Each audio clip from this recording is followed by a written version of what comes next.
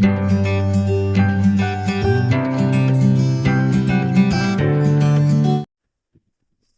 Friends, आपका मेरे channel में स्वागत है। आज हम करेंगे सोर्सेस ऑफ फाइनेंस।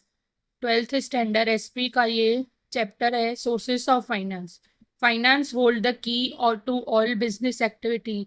फाइनेंस एक चाबी है सभी बिजनेस एक्टिविटीज की। इसके बिना कोई भी एक्टिविटी नहीं हो सकती। तो विदाउट फाइनेंशियल सपोर्ट, फाइनेंस के सपोर्ट के बिना ऑर्गेनाइजेशन नहीं चल सकती।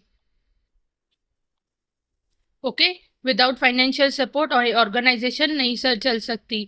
प्रमोशन, ऑर्गेनाइजेशन का प्रमोशन, ऑपरेशंस, बिजनेस के सब डिपेंड रहते हैं फाइनेंस के ऊपर। तो ओके, फाइनेंस बहुत नेसेसरी है होना, और उसको अरेंज करना उससे ज़्यादा नेसेसरी है। Okay, finance needed for by the business organisation is termed capital. जो फाइनेंस नीडेड रहता है बिजनेस ऑर्गेनाइजेशन को, उसको हम क्या बोलते हैं? कैपिटल।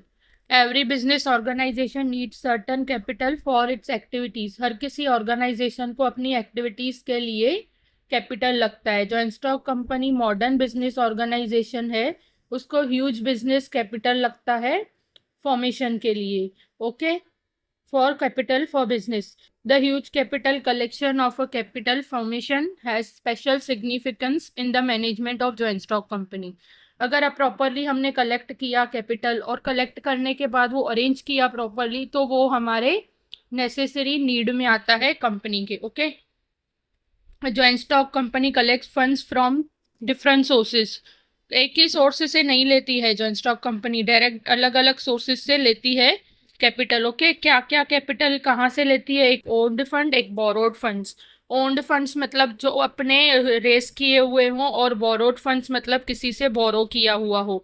ओके, ओन्ड फंड्स में शेयर कैपिटल और रिटेन अर्निंग्स के थ्रू ऑर्गेनाइजेशन ले सकती है कैपिटल, और बोरोड में पब्लिक डिपॉजिट चलाएगी, डिबेंचर्स चलाएगी, एडीआर अपनी चलाएगी, जीडीआर चलाएगी, या बॉन्ड्स चलाएगी थोड़े वक्त के लिए।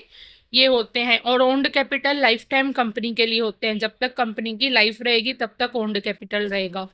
ओन्ड कैपिटल में मैंने बताया शेयर्स और रिटेन्ड अर्निंग्स रहते हैं। ओके, शेयर्स में इक्विटी शेयर्स और प्रेफरेंस शेयर्स रहते हैं। इक्विटी शेयर्स अभी ओनर होते हैं कंपनी के, और प्रेफरेंस शेयर्स भी ओन्ड कैपिटल का ही हिस्सा है, पर उनको कुछ प्रेफरेंस रहते हैं as compare to the equity share. Equity share holders जो होते हैं ना, ओनर्स रहते हैं, स्मॉल स्मॉल इक्विटी परचेज करते हैं, सभी यूनिट्स को मिला के इक्विटी शेयर कैपिटल बोलते हैं।